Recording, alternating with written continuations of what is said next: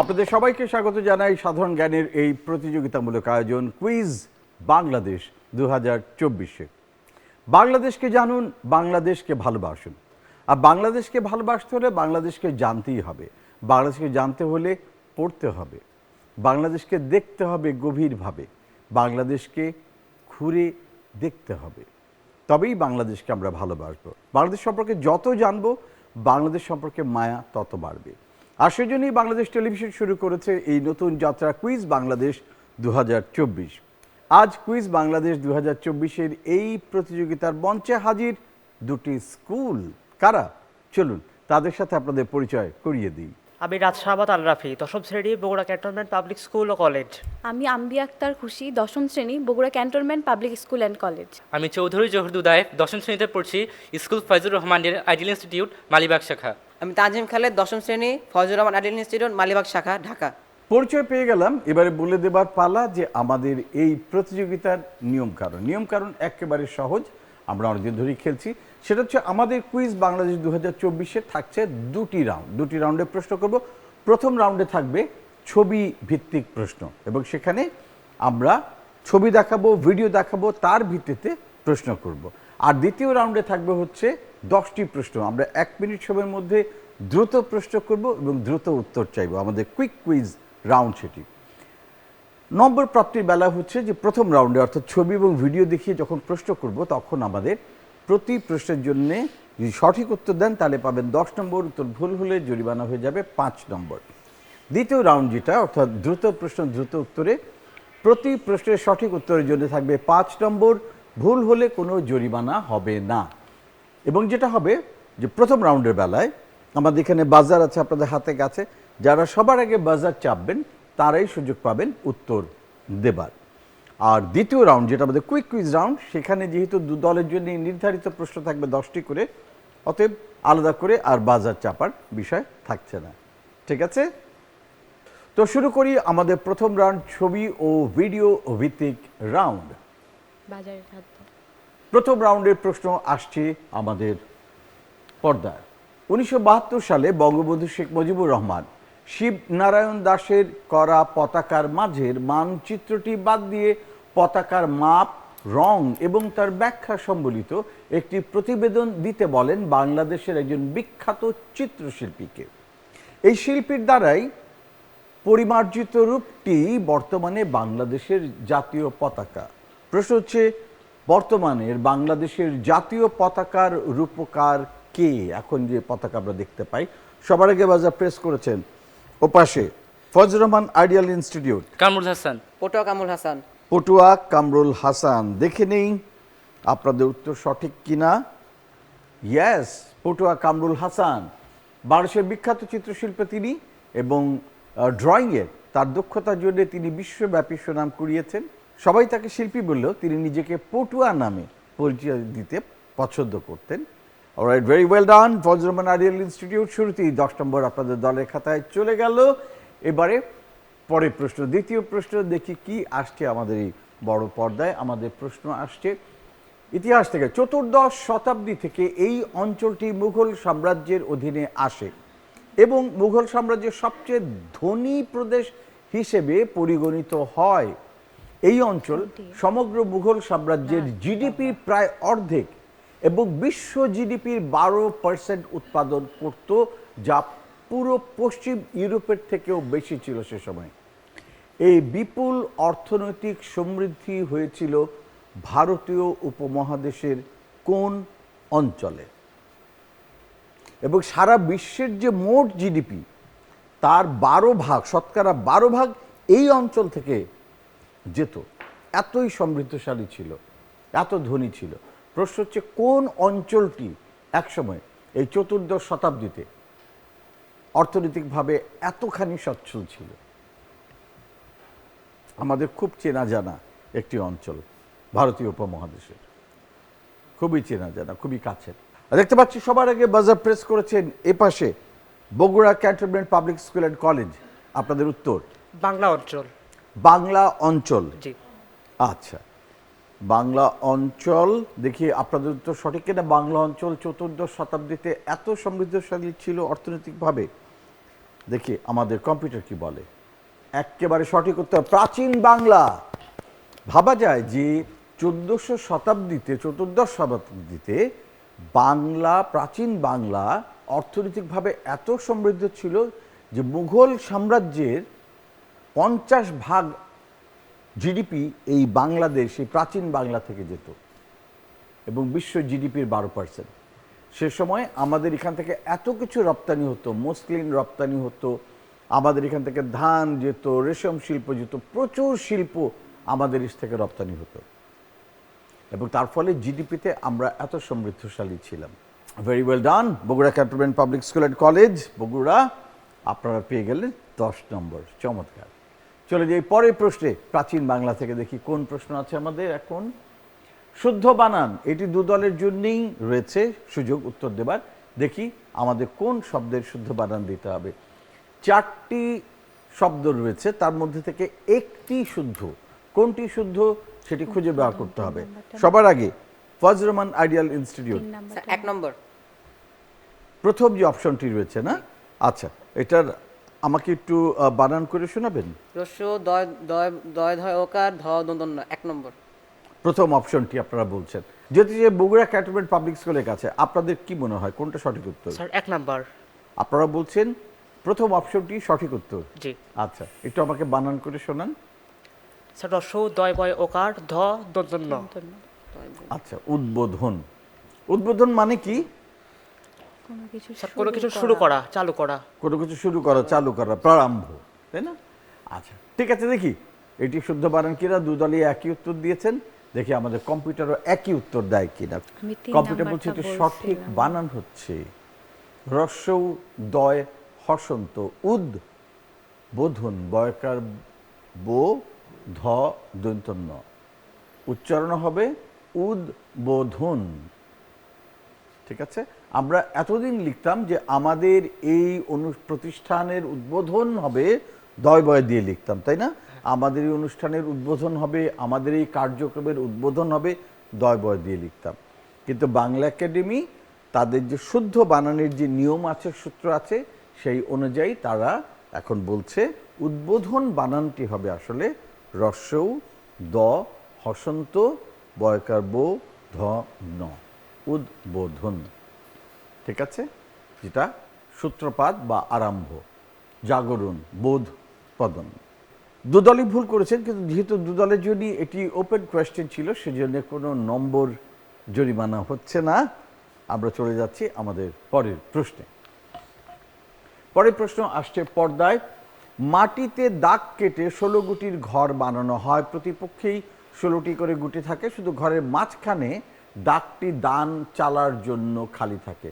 কোনাকুনি দাগের গুটিগুলি সারা ঘর জুড়ে এক ঘর করে কোনাকুনি খেলতে পারে। উলম্ব দাগ কাটা ঘরের গুটিগুলো লম্বভাবে এক ঘর করে খেতে পারে। অপরপক্ষের গুটিকে ডিঙাতে পারলেই সেই গুটি কাটা পড়ে। এইভাবে প্রতিপক্ষের গুটি সংখ্যা কমিয়ে যে শূন্য আনতে পারবে সেই বিজয়ী। প্রশ্ন হচ্ছে বাংলার এই ঐতিহ্যবাহী খেলাটির নাম কি? অনেকটা দাবার মতন এই খেলাটি, কিন্তু দাবা নয়। বাংলার ঐতিহ্যবাহী খেলা, এবং এটা খেলতে কিছুই লাগে না।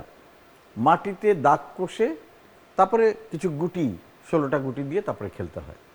খুবই মজার খেলা, আমরা খেলতাম ছোটবেলায় অনেক। ইয়েস, এ পাশে ফজলুর রহমান আইডিয়াল ইনস্টিটিউট মালিবাগ শাখা। স্যার গুটি খেলা। গুটি খেলা, এটার আরো স্পেসিফিক নাম আছে, আমি সেটা জানতে চাই। স্পেসিফিকটা বলতে পারবো না। শুধু গুটি খেলা না, গুটি খেলা বটে, কিন্তু তার সঙ্গে আরেকটা শব্দ যোগ আছে। গুটি খেলা না, খুব সহজ, বলেই দেওয়া আছে, আসলে প্রশ্নের মধ্যেই উত্তর আছে। গ্রাম বাংলার খেলা, ঐতিহ্যবাহী খেলা, এখনো গ্রামের মানুষ অবসরে এই খেলাগুলো খেলেন। দুজন মিলে খেলতে হয়, খুবই মজার খেলা, উলম্ব দাগ কাটাকুটির খেলা। উলম্ব খেলা। আমি ভেবেছি দেওয়ার সাথে সাথে আপনার উত্তর দিয়ে দেবেন। এটা আর একটু চেষ্টা করেন, খুব সহজ, মানে উত্তর দেওয়াই আছে, এটা বোধহয় বলেই দেওয়া আছে, পড়লেই ডিঙা উত্তর ডিঙি, দিতে পারবেন। ডিঙা ডিঙি। আচ্ছা, যে হোক, দেখা যাচ্ছে কোনো দলের কাছ থেকে পাচ্ছি না। ফজলুর রহমান আইডিয়াল ইনস্টিটিউট বলেছেন গুটি খেলা। দেখি আমাদের কম্পিউটার কি বলে। 16 গুটি লেখাই আছে, এটা 16 গুটির ঘর বানানো হয়, প্রতিপক্ষের 16টা করে গুটি থাকে, পুরো উত্তরই বলে দেওয়া ছিল প্রশ্নের ভেতরে 16 গুটি, কিন্তু যেহেতু আপনারা গুটি বলেছেন অতএব ধরে নিচ্ছি সঠিক উত্তর 10 নম্বর আপনাদের Fazlur Rahman ideal Institute. Very well ডান। অলরাইট, দেখি খেলাধুলা থেকে আমরা এবার কোথায় যেতে পারি। খেলাধুলা পরের প্রশ্ন। একটি চার্চ, বিখ্যাত চার্চ, এটি পুরনো ঢাকায়। এই গির্জাটি পুরান ঢাকার একটি প্রাচীন খ্রিস্ট ধর্মীয় উপাসনালয়। এটি 1781 সালে প্রতিষ্ঠিত হয়। পুরনো ঢাকার আরবানি টোলায় এটার অবস্থান। ব্যবসা বাণিজ্য প্রয়োজনে অষ্টাদশ ও ঊনবিংশ শতকে অনেক আর্মেনীয় ব্যক্তির আগমন ঘটে। সবার আগে বাজার প্রেস করেছেন Bogura cantonment public school and college. আপনাদের উত্তর আর্মেনিয়ান গির্জা। আর্মেনিয়ান গির্জা। জি। কখনো কি যাওয়ার সুযোগ হয়েছে? না স্যার, এমনি টিভিতে তারপর ক্যালেন্ডারে এসব জায়গায় দেখেছি, বাট যাওয়ার যাওয়ার সুযোগ হয়নি। আচ্ছা, দেখি এটার সঠিক উত্তর আর্মেনিয়ান গির্জা কিনা। আমাদের কম্পিউটার কি বলে? কম্পিউটার বলছে এটা সঠিক উত্তর হচ্ছে আর্মেনিয়ান গির্জা। একেবারে সঠিক উত্তর Bogura cantonment public school and college. Very good. Bogura cantonment public school, আপনারা পেয়ে যাচ্ছেন 10 নম্বর। চলে যাই পরের প্রশ্নে, দেখি কি থাকছে আমাদের জন্য। তথ্য প্রযুক্তির প্রশ্ন। আমরা একটা দেখি প্রায় যখনই আমরা কোনো মোবাইল ফোন কিনি, আমরা সবার আগে সেটা বিচার করি যে মোবাইলে কত কথা বলা যাবে তা না, এটা ক্যামেরাটা দিয়ে কত ভালো ছবি তোলা যায়। এবং আমরা ধারণা করি যে কত মেগাপিক্সেল ক্যামেরা ভাই, তাই না? কারো হাতে ডিজিটাল ক্যামেরা দেখলে আমরা জিজ্ঞেস করি যে কত মেগাপিক্সেল। তো প্রশ্ন হচ্ছে পিক্সেল হচ্ছে একটা ছবির সবচেয়ে ছোট বিল্ডিং ব্লক, তাই না? এই যে যেমন আমরা যদি এই ছবিটি খেয়াল করি, মনিটরের নিচের পার্টটা যেখানে ব্লু লাইন দেখা যাচ্ছে, এই ব্লু লাইনটা যদি আমরা জুম করি তাহলে এই যে এরকম ছোট ছোট ছোট ছোট ব্লক দেখতে পাবো। এই প্রতিটা ব্লক হচ্ছে একটা করে পিক্সেল। ঠিক আছে? আচ্ছা, ছবি বা ইমেজের প্রতি বর্গ ইঞ্চিতে মোট ব্লক বলে। যে পরিমাণ পিক্সেল থাকে তাকে ছবির কি বলা হয়?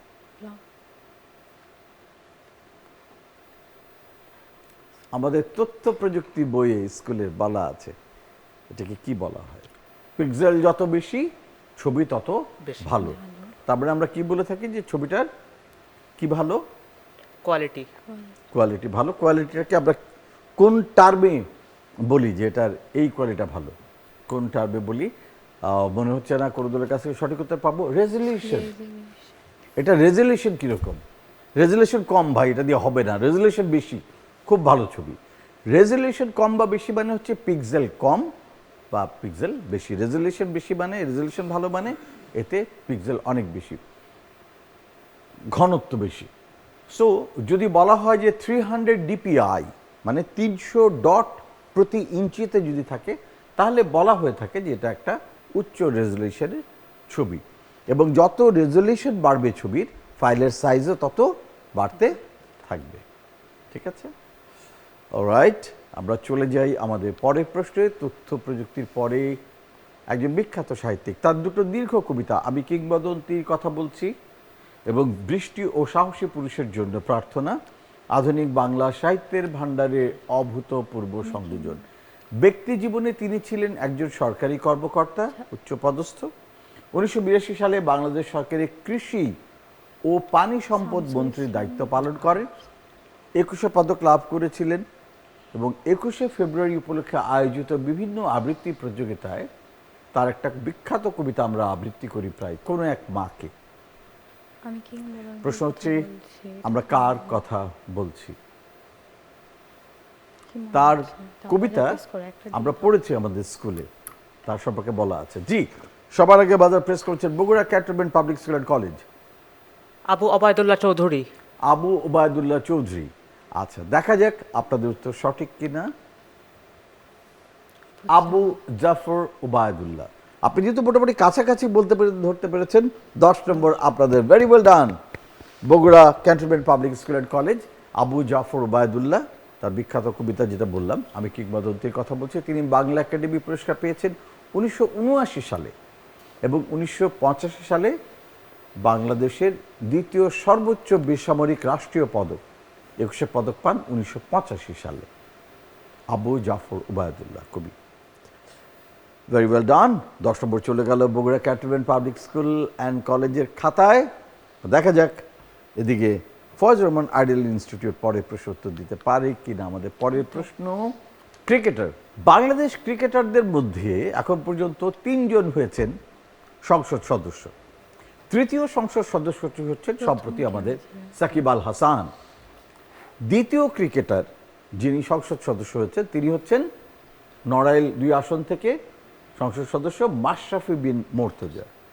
প্রশ্ন হচ্ছে ক্রিকেটারদের মধ্যে প্রথমবারের মতন সংসদ সদস্য নির্বাচিত হয়েছিলেন কে? যিনি হয়েছিলেন তার ছবি আমরা দেখতে পাচ্ছি। তিনিও বাংলাদেশের একজন প্রখ্যাত ক্রিকেটার, প্রথম ক্রিকেটার যিনি জাতীয় সংসদের সম্মানিত সদস্য হয়েছিলেন। কোনো দলের কাছে উত্তর নেই, ছবি দেখেও চিনতে পারছেন না। তিনি হচ্ছেন নাইমুর রহমান দুর্জয়। 2014 সালে মানিকগঞ্জ 1 আসনে তিনি প্রথম সংসদ সদস্য নির্বাচিত হন। পরে 2018 সালেও তিনি একই আসনে সংসদ সদস্য নির্বাচিত হন, নাইমুর রহমান দুর্জয়। অলরাইট, চলে যাই সংসদ থেকে আমাদের পরের প্রশ্নে, দেখি কি আছে আমাদের জন্য। বাংলাদেশের একজন প্রখ্যাত আইনবিদ এবং 6ষ্ঠ প্রধান বিচারপতি এবং 2বার দায়িত্ব পালনকারী রাষ্ট্রপতি। তিনি প্রথমে 1990 সালের 6 ডিসেম্বর থেকে 1991 সালের 9 অক্টোবর পর্যন্ত অস্থায়ীভাবে রাষ্ট্রপতি হিসেবে এবং পরবর্তীতে আওয়ামী লীগ সরকার ক্ষমতায় থাকাকালীন 1996 সালের 23 জুলাই 2001 থেকে 14 নভেম্বর পর্যন্ত রাষ্ট্রপতি হিসেবে দায়িত্ব পালন করেন। তিনি রাষ্ট্রপতি হিসেবে 5 বছরের মেয়াদে নিরপেক্ষ ভূমিকার জন্য প্রশংসিত ছিলেন। প্রশ্ন হচ্ছে আমরা কার কথা বলছি? সবার আগে বাজার প্রেস করছেন ওপাশে ফজলুর রহমান আইডিয়াল ইনস্টিটিউট, শাহাবুদ্দিন আহমেদ। শাহাবুদ্দিন আহমেদ, রাষ্ট্রপতি শাহাবুদ্দিন আহমেদ। কি করে বুঝলেন?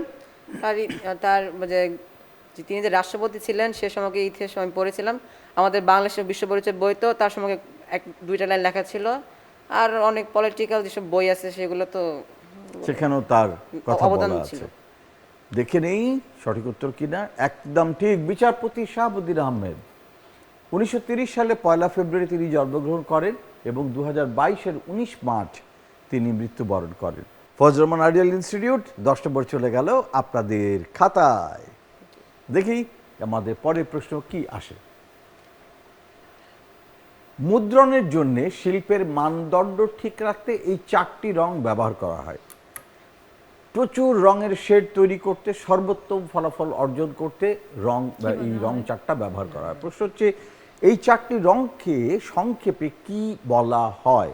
বাজার প্রেস করেছেন এপাশে Bogura cantonment public school college. CMYK, CMYK, CMYK তে কি হয়? Cyan, magenta, yellow, black. আচ্ছা, দেখে নেই। Yes, CMYK, very good. 4টা রং, cyan, magenta, yellow and black. ব্ল্যাকের কে এখানে হচ্ছে আমরা দেখতে পাচ্ছি যে এই যে 3টি রং, সায়ান, ম্যাজেন্টা, উপরে ইয়েলো, এই 3টা যখন মিশছে তখন মাঝখানে কালো রং তৈরি হচ্ছে এবং এই 4টি রঙের কম বেশি করলে, কম্বিনেশন করে অসংখ্য শেড তৈরি করা সম্ভব। সেই জন্য প্রিন্টিংয়ে, বিশেষ করে মুদ্রণ শিল্পে যখন ছাপা হয় রঙিন কাগজ, তখন যে পদ্ধতিতে বা যে নিয়মে করা হয় সেটা হচ্ছে CMYK পদ্ধতিতে এই মুদ্রণটি করা হয়। তাতে ছবি খুব সুন্দর আসে, লাইফ আসে। ভেরি গুড, চমৎকার। কোথায় পড়েছেন CMYK এর কথা? আমাদের আইসিটি বইয়ে উল্লেখ করা আছে এই বিষয়ে। ICT বইতে বলা আছে, রাইট, আমাদের স্কুলের বইতেই বলা আছে CMYK এর কথা। Very good. 10 নম্বর চলে গেল বগুড়া ক্যান্টনমেন্ট পাবলিক স্কুল কলেজের খাতায়। এবার ICT থেকে দেখি আমাদের পরের প্রশ্ন। ইয়াস, বেশ কিছু চমৎকার পর্যটন এলাকার কথা বলি। একটা হচ্ছে উত্তরা গণভবন, রানী ভবানীর রাজবাড়ি, দয়ারামপুর রাজবাড়ি, বনপাড়া লুরদের রানীমা মারিয়া ধর্মপল্লী, গোসাইজির আশ্রম, শহীদ সাগর, চলনবিল, হালতি বিল। এতগুলো জায়গা দেখতে পাবো যদি আমরা একটা জেলায় যাই। প্রশ্ন হচ্ছে কোন জেলায় গেলে এতগুলো জায়গা দেখতে পাবো? সবার আগে বাজার প্রেস করেছেন ফজলুর রহমান আইডিয়াল ইনস্টিটিউট। নাটোর। নাটোর, জি। নাটোরে গেলে এতগুলো জায়গা দেখা যাবে, শিওর? আচ্ছা, দেখি নিশ্চিত বলছেন ফজলুর রহমান আইডিয়াল ইনস্টিটিউট। তাদের উত্তর ভুল না সঠিক? কম্পিউটার কি বলে? অ্যাবসলিউটলি রাইট, ভেরি ওয়েল ডান ফজলুর রহমান আইডিয়াল ইনস্টিটিউট। পুরো 10 নম্বর চলে গেল আপনাদের খাতায়। আমরা বলি না বারবার যে বাংলাদেশকে ভালোবাসুন, বাংলাদেশকে জানুন? এবং আমরা সবসময় বলি যে বাংলাদেশের প্রতিটি কোনায় কোনায়, প্রতিটি জেলায় জেলায় কত ইতিহাস, সভ্যতার ইতিহাস, সংস্কৃতির ইতিহাস, আমাদের বর্ণাঢ্য জীবনের ইতিহাস এবং সমৃদ্ধশালী অর্থনীতির ইতিহাস ছড়িয়ে আছে। কেবল আমাদের যেটা করতে হবে সেই জায়গাগুলো দেখতে যেতে হবে, এবং যখন দেখব, ঘুরে ঘুরে দেখব, তখন সেটাকে আরও ভালো করে অনুভব করব, উপলব্ধি করতে পারবো। Very well done Faizur Rahman ideal institute. 10 নম্বর আপনাদের খাতায়। এবারে দেখি নাটোর থেকে কোথায় যাওয়া যায়। ভারতে গত বছর অনুষ্ঠিত বিশ্বকাপ থেকে জাতীয় দলের নেতৃত্বের বিবেচনায় দেখা গেছে তাকে 50 ওভারের ওই টুর্নামেন্টে দলের সহ অধিনায়কের দায়িত্ব পালন করেন তিনি।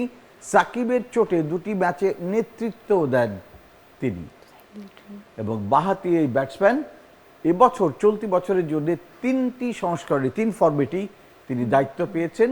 25 বছর বয়সী এই ব্যাটসম্যান বাংলাদেশ টেস্ট, ওয়ানডে, টি20তে দলের অধিনায়ক হয়েছেন তিনি। প্রশ্ন হচ্ছেন, কে এই ভদ্রলোক, কে এই ক্রিকেটার? সবার আগে বাজে প্রেস করেছেন ওপাশে Bogura cantonment public school and college Nazmul Hossain Shanto. Nazmul Hossain Shanto, কিন্তু ব্যাট হাতে তিনি মোটেও শান্ত নন, খুবই অশান্ত একজন মানুষ। দেখে নেই, অ্যাবসলিউটলি রাইট, নাজমুল হোসেন শান্ত। এই 3 সংস্করণ মিলিয়ে তিনি এখন পর্যন্ত 11 ম্যাচে বাংলাদেশের অধিনায়কত্ব করেছেন। বাঁহাতি টপ অর্ডার ব্যাটসম্যান তিনি, এবং তার নেতৃত্বে একমাত্র টেস্টে কিউইদের হারিয়েছে বাংলাদেশ, তখন তিনি নেতৃত্ব দিয়েছিলেন। এছাড়া ওয়ানডেতে 6 ম্যাচে এবং টি20তে 3 ম্যাচে জয় করেন তিনি। Very good. 10 নম্বর চলে গেল আবারও বগুড়া ক্যান্টনমেন্ট পাবলিক স্কুল কলেজের কাছে। এবার দেখবার পালা পরের প্রশ্ন কোনটি। আমাদের পরের প্রশ্ন, আম আটির ভিপু কথাসাহিত্যিক বিভূতিভূষণ বন্দ্যোপাধ্যায়ের বিশ্ব সাহিত্যের ধ্রুপদী উপন্যাস পথের পাঁচালীর শীর্ষত সংস্করণ এটি, আম আটির ভিপু। এবং এই পথের পাঁচালীর যে উপন্যাস, সেটি অবলম্বনে একটি কালজয়ী চলচ্চিত্র নির্মাণ করেছেন ভারতীয় উপমহাদেশের প্রখ্যাত পরিচালক, যিনি অস্কার সম্মানে সম্মানিত হয়েছেন। প্রশ্ন হচ্ছে, এই প্রখ্যাত পরিচালকের নাম কি? সবার আগে বাজার প্রেস করেছেন Bogura cantonment public school college Satyajit Ray. Satyajit Ray বলছেন পথের পাঁচালীর নির্মাতা তিনি, তাই তো? জি। দেখে নিই সত্যজিৎ রায় সঠিক উত্তর কিনা। কম্পিউটার বলছে absolutely right, Satyajit Ray, very well ডান। সত্যজিৎ রায় পথের পাঁচালী দিয়ে তার চলচ্চিত্র নির্মাণের যাত্রা শুরু করেন, এবং এই পথের পাঁচালী বিশ্বজুড়ে এত খ্যাতি লাভ করে, এবং বিশ্বের বিখ্যাত সমস্ত ইউনিভার্সিটিগুলিতে এই পথের পাঁচালীর চলচ্চিত্রটি হচ্ছে তাদের পড়াশোনার বিষয়, টেক্সট বই, যে কী করে পথের পাঁচালী নির্মিত হলো, এটার ফ্রেমিং, এটার চিত্রনাট্য, এটার পেছনের কাজ, এটা গল্প, সত্যজিৎ রায় কীভাবে এটা নির্মাণ করেছেন, এই সব কিছু বিশ্ববিদ্যালয়ের যারা সেরা চলচ্চিত্রকার তাদের পড়াশোনা করে তারপরে আসতে হয়। বুঝতেই পারছি সত্যজিৎ রায় কি দারুণ একটা মাস্টারপিস তৈরি করেছিলেন। Very well done Bogura cantonment public school college. আবারও 10 নম্বর আপনাদের দলের খাতায়। এবারে চলচ্চিত্র থেকে চলে যাই পরের ধাপে। 1971 সালে বাংলাদেশে মুক্তিযুদ্ধ চলাকালে একটি ফুটবল দল বাংলাদেশের পক্ষে জনমত অর্জন এবং মুক্তিযোদ্ধাদের সাহায্যার্থে অর্থ সংগ্রহের উদ্দেশ্যে ভারতের বিভিন্ন স্থানে প্রদর্শনী ফুটবল ম্যাচে অংশ নেয়, এবং পৃথিবীর ইতিহাসে এটিই এখন পর্যন্ত একমাত্র ঘটনা যে যুদ্ধের জন্য তহবিল সংগ্রহ করতে, মুক্তিযোদ্ধাদের উৎসাহ দিতে কোনো একটি দল চ্যারিটি ফুটবল খেলেছে। বাংলাদেশ ছাড়া এই ইতিহাস আর কারো নাই। প্রশ্ন হচ্ছে, এই ফুটবল দলটির নাম কি? সবার আগে বাজার প্রেস করছেন পাশে ফয়জুর রহমান আইডিয়াল ইনস্টিটিউট। স্বাধীন বাংলা ফুটবল দল।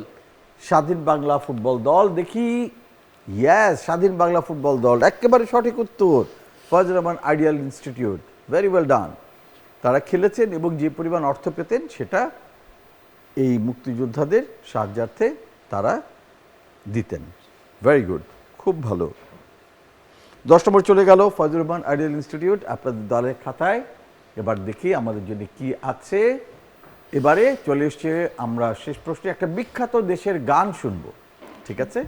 গানটা মাঝখান থেকে শুনবো, আমাকে বলতে হবে গানটার প্রথম লাইন, ঠিক আছে? শুনি মন দিয়ে।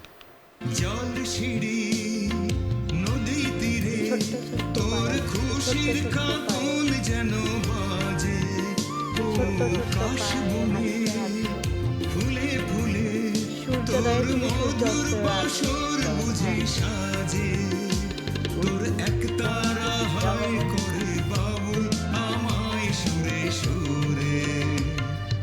চমৎকার একটি গান, অসাধারণ একটি গান এবং আমাদের খুব প্রিয় একটি গান, দেশের গান, শুনলেই ভালো লাগে। প্রশ্ন হচ্ছে এই গানের প্রথম লাইন কি? সবার আগে বাজার প্রেস করেছেন এপাশে Bogura cantonment public school and college. আপনাদের উত্তর সূর্যোদয়ে তুমি সূর্যাস্তেও তুমি। সূর্যোদয় তুমি সূর্যাস্তেও তুমি। আচ্ছা, গানটা মনে আছে? পুরাটা মনে নেই, প্রথমটুকু মনে আছে? ওইভাবে বলতে পারবো না, গান তো সে হয় না। একটু গাইতে পারবেন? গাইতে পারলে পুরো নাম্বার পাবেন। সূর্যোদয়ে তুমি সূর্যাস্তেও তুমি, ও আমার বাংলাদেশ প্রিয় জন্মভূমি। একদম সঠিক উত্তর, Bogura cantonment public school and college. সূর্যোদয় তুমি সূর্যাস্তে তুমি, ও আমার বাংলাদেশ প্রিয় মাতৃভূমি। এই গানটি লিখেছিলেন গীতিকার মনিরুজ্জামান এবং সুর করেছিলেন বাংলাদেশের প্রখ্যাত সঙ্গীতজ্ঞ সঙ্গীত পরিচালক আলাউদ্দিন আলী, এবং গানটি গেয়েছেন আমাদের আরেক বিখ্যাত মানুষ, উদার কণ্ঠের অধিকারী সৈয়দ আব্দুল হাদী। তিনি এই গানটি গিয়েছেন, সূর্যোদয় তুমি সূর্যাস্ত তুমি।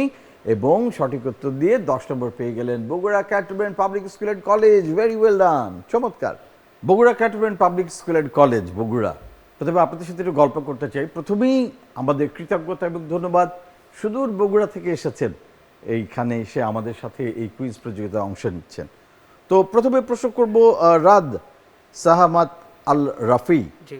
আপনাকে কাছে যেটা জানতে চাইবো সেটা হচ্ছে যে আপনার লক্ষ্য কি, ভবিষ্যতে কি হতে চান? স্যার ভবিষ্যতে কৃষি সেক্টরের হয়ে কিছু একটা করতে চাই। কৃষিবিদ হতে চান? জি। আচ্ছা, কেন? সবাই তো কৃষি কাজ ছেড়ে বরং শহরে এসে অন্য কিছু করতে চায়, কৃষি কাজ করতে চায় না। কারণ স্যার স্মার্ট বাংলাদেশ গঠন করতে হলে আমাদের খাদ্যের স্বয়ংসম্পূর্ণতা অর্জন করতে হবে, খাদ্য নিরাপত্তা ব্যবস্থা প্রবর্তন করতে হবে এবং খাদ্যের যে ন্যায়সম্মত বন্টন সেটা নিশ্চিত করতে হবে। তার জন্য আমাদের একটা শক্তিশালী কৃষি ব্যবস্থা দরকার। তো সেই জন্য কৃষি সেক্টরের প্রতি আমার এত আগ্রহ। বাহ, খুবই মহৎ একটা চিন্তা আপনার। কিন্তু আমি জানতে চাই যে এই চিন্তাটা আপনার মধ্যে কি করে এলো?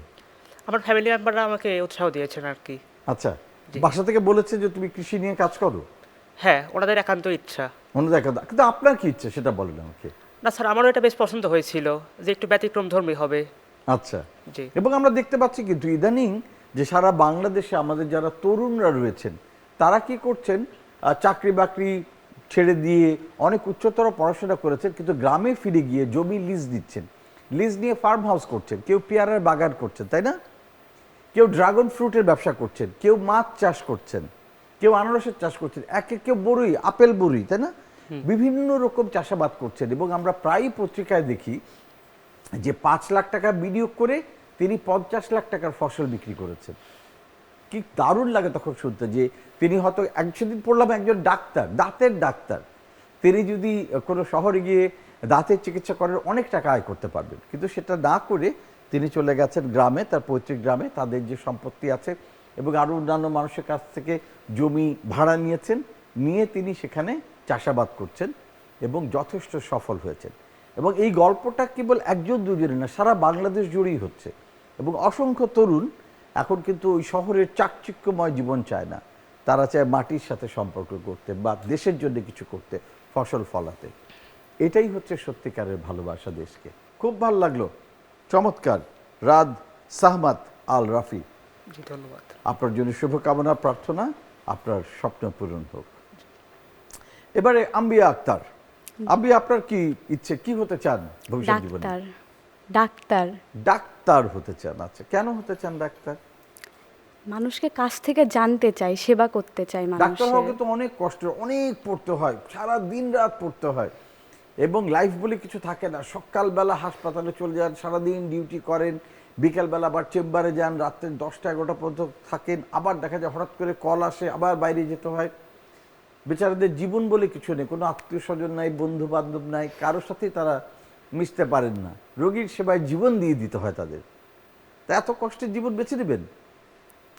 আসলে আমি শহরের জীবনের ডাক্তার হতে যাচ্ছি না, গ্রামীণ জীবনের ডাক্তার হতে চাই, গ্রামে আচ্ছা। যে মানুষের সেবা করতে চাই। হ্যাঁ, তো গ্রামে তো আরো বেশি দরকার। শহরে তো অনেক ডাক্তার, কিন্তু গ্রামে তো আমাদের ডাক্তার কম, গ্রামে লোক বেশি, সেখানে তো আরো ব্যস্ত থাকবেন। ব্যস্ততার মধ্যেই মানুষের সাথে থেকে ভালো থাকতে পারবো তো। তাই? জি। বাহ, খুবই চমৎকার চিন্তা, আপনার মহৎ চিন্তা, ভালো একটা চিন্তা যে শহরে নয়, আপনি চিকিৎসা সেবা দিতে চান গ্রামে গিয়ে। চমৎকার, অনেক ধন্যবাদ আম্বিয়া, আপনার জন্য প্রার্থনা। এবারে গল্প করতে চাই, এপাশে আছেন ফয়জুর রহমান আইডিয়াল ইনস্টিটিউটের চৌধুরী জওহর দুদায়েভ। আচ্ছা, দুদায়েভ নামটা এটা তো রাশিয়ান নাম আমরা জানি, তো দুদায়েভ নামটা কি করে এলো আপনার নামের সাথে? আমার চাচা রেখেছেন এই নামটি, রাশিয়ার চেচনিয়া অঞ্চলের প্রেসিডেন্ট ছিলেন তিনি। Dudayev, right? জি। তো আপনার চাচা চেয়েছিলেন যে আপনি যেন সেই রাশিয়ান অঞ্চলে সেই দুদায়েভের মতন আপনি একদিন প্রেসিডেন্ট হন। জি স্যার, উনি অনেক সাহসী ছিলেন, অনেক সংগ্রাম করেছেন চেচনিয়ার জন্য, এই জন্যই চাচা আমার নামটি রেখেছেন। তার আচ্ছা, অনুকরণে। বাহ, চমৎকার একটা নাম, চৌধুরী জওহর দুদায়েভ। তো দুদায়েভ, আপনার কি ইচ্ছা, কি হতে চান ভবিষ্যতে? আমার বর্তমান ইচ্ছা আছে ভালো একটি ভার্সিটিকে সিএসসিতে পড়ার পর যেমন কম্পিউটার সায়েন্স নিয়ে কম্পিউটার পড়তে চান? সায়েন্স, রোবোটিক্স, আর্টিফিশিয়াল ইন্টেলিজেন্স, বর্তমানে এগুলোর প্রচুর ভ্যালু। তো আমি চাই বাংলাদেশকে একটি শক্তিশালী অর্থনীতি দেশ করতে। বাংলাদেশ তথ্য প্রযুক্তির দিকে অনেক এখনও পিছিয়ে আছে অন্য দেশের তুলনায়। তাছাড়া বাংলাদেশে এখনও প্রচুর মানুষ বেকার, এই জন্য মানুষের মাথা পিছু আয় খুবই কম। আমি চাই বাংলাদেশকে তথ্য প্রযুক্তির মাধ্যমে উন্নতির দিশে চেষ্টা করতে। আমরা আশা করি সাহসী দুদায়েভ সেই প্রযুক্তিবিদ হবে এবং আমাদের দেশকে স্মার্ট বাংলাদেশ হিসেবে গড়ে তুলতে সাহায্য করবে। অনেক ধন্যবাদ দুদায়েভ, শুভকামনা আপনার জন্যে। এবারে তানজিম খালেদ, আপনার কি ইচ্ছা? একটা স্মার্ট রাজনীতিবিদ হওয়া। স্মার্ট রাজনীতিবিদ হওয়া? জি। আচ্ছা, আমি যতদূর জানি যে আমাদের যারা শিক্ষার্থীরা আছেন তারা সবাই কেন জানি রাজনীতিতে আসতেই চান না, এবং রাজনীতি সম্পর্কে তাদের অনেক বিরূপ ধারণাও আছে, রাজনীতির ব্যাপারে তারা একেবারেই উৎসাহী না। কিন্তু আপনি একমাত্র ব্যতিক্রম পেলাম যিনি রাজনীতির ব্যাপারে উৎসাহী। কেন? কেননা রাজনীতি হচ্ছে জনগণের জন্য কাজ করা, রাজনীতি মানে হচ্ছে দেশের উন্নয়নের কাজ করা। এখন যারা এসব বলে বেড়ায় তাদেরকে আমি একটাই কথা বলতে চাই, তারা রাজনীতির সম্পর্কে আসলে কিছু জানে কি না সেটা তাদের আয়নায় নিজের চেহারা দেখে বুঝে নেওয়া উচিত। তো আপনি রাজনীতি সম্পর্কে কি জানেন, আমাকে এটা বলেন। আমি রাজনীতি সম্পর্কে যতটুকু জানি যে আগে যখন যেসব পলিটিশিয়ানরা ছিলেন, যেমন বঙ্গবন্ধু শেখ মুজিবুর রহমান, হোসেন শহীদ সোহরাওয়ার্দী, তারপরে শেরেবাংলা ফজলুল হক, মৌলানা আব্দুল হামিদ ভাসানী, তারা নিজেরা কিন্তু তারা আসলে নিজেদের আখের গোছানোর জন্য রাজনীতি করেন নাই, তারা জনগণের জন্য রাজনীতি করেছেন, জনগণের কাছে গিয়েছেন, জনগণের ভালোবাসা অর্জনের জন্য কাজ করেছেন, দেশের মানুষের জন্য কাজ করেছেন। পাকিস্তানি সরকারের বিরুদ্ধেও কাজ করার কারণে অনেকে জেল ভোগ করতে হয়েছে, গৃহবন্দী হতে হয়েছে, কিন্তু তারা কিন্তু বিফল হননি, বরং পাকিস্তান রাষ্ট্রই মূলত বিফল হয়েছে এবং তারা সফলতা অর্জন করেছেন বলে আজকে বাংলাদেশ স্বাধীন বাংলাদেশ আমরা অর্জন। বাহ, চমৎকার, খুবই ভালো কথা বলেছেন তানজিম খালেদ, যে আমাদের এখন যে বিরূপ ধারণাটা হচ্ছে কারণ আমাদের পাশে আমরা মাঝে মধ্যে কিছু অসৎ রাজনীতিবিদদের দেখতে পাই, কিন্তু আমাদের ইতিহাস বলে আমাদের রাজনীতিবিদ হচ্ছেন মৌলানা আব্দুল হামিদ খান ভাসানী, আমাদের রাজনীতিবিদ হচ্ছেন বঙ্গবন্ধু, আমাদের রাজনীতিবিদ হোসেন শহীদ সোহরাওয়ার্দী, আমাদের রাজনীতিবিদ শেরে বাংলা একে ফজলুল হকের মতন মানুষেরা। তো এই মানুষগুলো যদি রাজনীতিবিদ হন, তারা যদি দেশের মানুষের জন্য এইভাবে কাজ করতে পারেন, তাহলে আমরা কেন পারবো না? তাদের দীক্ষায়, তাদের নীতিতে কেন আমরা চলবো না, তাই না? জি। এবং সেই রকম আমাদের অসংখ্য সৎ রাজনীতিবিদ দরকার। এবারে পালা আমাদের দ্বিতীয় রাউন্ড, অর্থাৎ quick quiz round. Quick quiz রাউন্ডে আমরা যেটা করি, 1 মিনিটের মধ্যে 10টি প্রশ্ন করি, প্রতিটি প্রশ্নের জন্য থাকে 5টি করে নম্বর, ঠিক আছে? সুযোগ প্রথমে চলে যাচ্ছে ফয়জুর রহমান আইডিয়াল ইনস্টিটিউট মালিবাগ শাখা আপনাদের কাছে। আপনাদের 1 মিনিট সময় শুরু হতে যাচ্ছে এখন। তৈরি আপনারা? জি।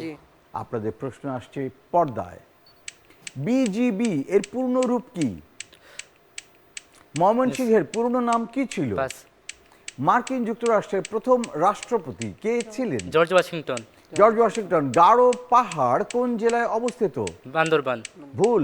ভারতীয় উপমহাদেশ স্বাধীনতা লাভ করে কোন সালে? 1947 সালে। 1947 সালে। বাংলাদেশে শীতকালে বৃষ্টিপাত হয় না কেন? পাস। বাংলার তথ্য প্রযুক্তি ব্যবহার করে চিকিৎসা সেবা গ্রহণের যে পদ্ধতি টেলিমেডিসিন। সেটিকে কি বলে? টেলিমেডিসিন। Very good. কুমিল্লার দুঃখ Gomti. Gomti. Amazon rain forest কোন মহাদেশে অবস্থিত? ব্রাজিল। ব্রাজিল দেশ কোন মহাদেশে? দক্ষিণ দক্ষিণ আমেরিকা। আমেরিকা। দক্ষিণ আমেরিকায়। শিল্প বিপ্লব কোন দেশে শুরু হয়েছিল? ফ্রান্স। ফ্রান্সে। বিজিবি এর পূর্ণ রূপ কি? বাংলাদেশ ময়মনসিংহের পুরনো নাম কি ছিল? গারো পাহাড় কোন জেলায় অবস্থিত? ময়মনসিংহ। ময়মনসিংহ সঠিক উত্তর। বাংলাদেশে শীতকালে বৃষ্টিপাত হয় না কেন? পারছি না। শিল্প বিপ্লব কোন দেশে শুরু হয়েছিল? ইতালি। ইতালি। বিজিবির পূর্ণরূপ কি? এর সাথে সাথে শেষ বাংলাদেশ। হয়ে গেল 1 মিনিট সময়। দেখে নিই সঠিক উত্তরগুলো। বিজিবির পূর্ণরূপ হচ্ছে বর্ডার গার্ড বাংলাদেশ। ময়মনসিংহের পুরো নাম হচ্ছে নাসিরাবাদ। মার্কিন যুক্তরাষ্ট্রের প্রথম প্রেসিডেন্ট ঠিক উত্তর দিয়েছেন জর্জ ওয়াশিংটন। গারো পাহাড় ময়মনসিংহ জেলায় সঠিক উত্তর। ভারতীয় উপমহাদেশ স্বাধীনতা লাভ করে 1947 সালে। বাংলাদেশে শীতকালে বৃষ্টিপাত হয় না, তার কারণটা হচ্ছে বায়ুটা আসে উত্তর দিক থেকে।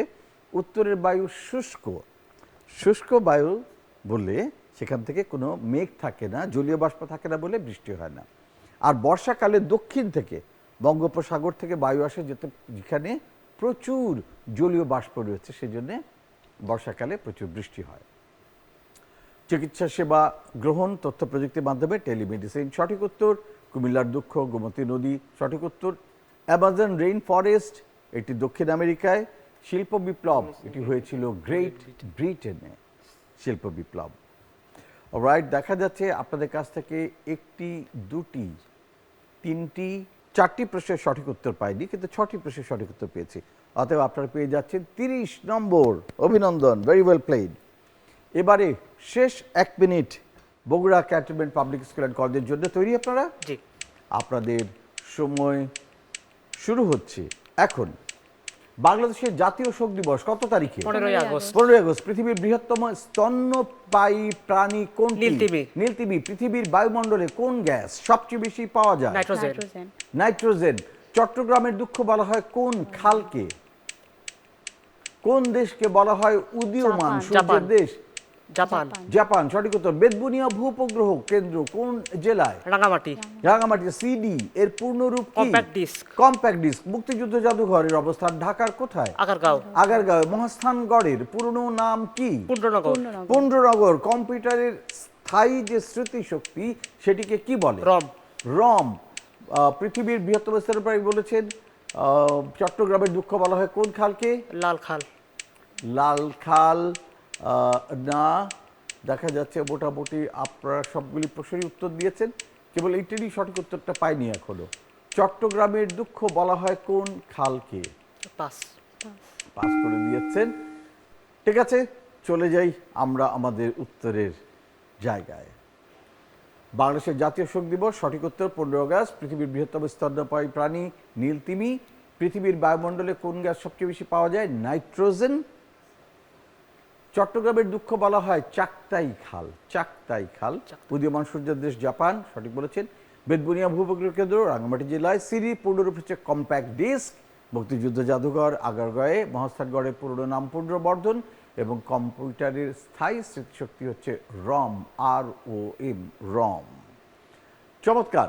দেখা যাচ্ছে মাত্র একটি প্রশ্ন উত্তর পাইনি, কিন্তু 9টি প্রশ্নের সঠিক উত্তর পেয়েছি।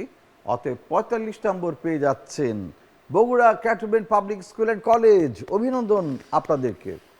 দু দলেরই সাথে আমাদের চমৎকার সময় কাটলো এবং এর সাথে সাথে শেষ হয়ে গেল আমাদের প্রশ্ন উত্তরের পালা। এবার যেটা পালা সেটা হচ্ছে দেখার কোন দল কত স্কোর করলো। Bogura cantonment public school and college Bogura. Raad Sahmat Al Rafi 10ম শ্রেণীর এবং 10ম শ্রেণীর আম্বিয়া আক্তার, তারা দুজনে মিলে দলের জন্য অর্জন করেছেন সর্বমোট 115 নম্বর। অভিনন্দন Bogura cantonment public school and college. এ পাশে রয়েছেন ফজলুর রহমান আইডিয়াল ইনস্টিটিউট মালিবাগ শাখার চৌধুরী জওহর দুদায়েব 10ম শ্রেণীর এবং 10ম শ্রেণীর আরেকজন তানজিম খালেদ, তারা দুজনে মিলে দলের জন্য অর্জন করেছেন সর্বমোট 80 নম্বর। অভিনন্দন ফজলুর রহমান আইডিয়াল ইনস্টিটিউট মালিবাগ শাখা। ধন্যবাদ আপনাদের দু দলকে আমাদের সাথে যোগ দেওয়ার জন্যে। আর আপনারা নিশ্চয়ই আমাদের সাথে ছিলেন যারা, তারা তো জানেনই যে বিভিন্ন প্রশ্নের সঠিক উত্তর কোনগুলো। আপনারা সবসময় সঠিক উত্তর দিয়ে থাকেন। তো আপনার যদি মনে হয় যে আমি তো সঠিক উত্তর জানি, আমিও যদি যেতে পারতাম, আমিও যদি এভাবে প্রশ্নের উত্তর দিতে পারতাম, তাহলে দারুণ হতো। জি, আপনিও পারবেন। যদি 6ষ্ঠ থেকে 10ম শ্রেণীতে অধ্যয়নরত হন, কুইজ নিয়ে আপনার আগ্রহ থাকে, তাহলে আপনাদের দুজনের একটি দল গড়ুন। তারপরে আপনাদের নাম আপনাদের শ্রেণী এবং বিস্তারিত লিখুন, কন্ট্যাক্ট ডিটেলস লিখুন, সেই সাথে আপনাদের অভিভাবকের কন্ট্যাক্ট ডিটেলস দিন। এইটি দিয়ে আপনার স্কুলের প্রধানের মাধ্যমে আমাদের কাছে আবেদন পাঠিয়ে দিন।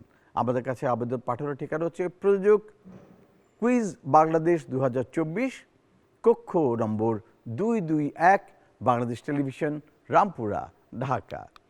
চাইলে আপনি আমাদের সাথে ফেসবুকেও যোগাযোগ করতে পারেন। আমাদের ফেসবুকের পেজ হচ্ছে কুইজ বাংলাদেশ। আপনার যদি কিছু জানার থাকে, কোনো প্রশ্ন থাকে বা কোনো আপডেট থাকে, আপনি সব জানতে পারবেন আমাদের ফেসবুক পেজে। আর আজকে যেমন আপনার সাথে আমাদের দেখা হয়ে গেল, এমনি করে আগামী সপ্তাহে দেখা হবে। আমরা থাকছি প্রত্যেক রবিবার সন্ধ্যা 6:20 বাংলাদেশ টেলিভিশন এবং বিটিভি ওয়ার্ল্ডে। আশা করছি সামনের সপ্তাহে যখন ফিরে আসবো আবারও আপনার সঙ্গে দেখা হবে। তো ভালো থাকুন, সুস্থ থাকুন, তথ্যের সঙ্গে থাকুন, জ্ঞানের সঙ্গে থাকুন, প্রযুক্তির সঙ্গে থাকুন। বাংলাদেশকে ভালোবাসুন।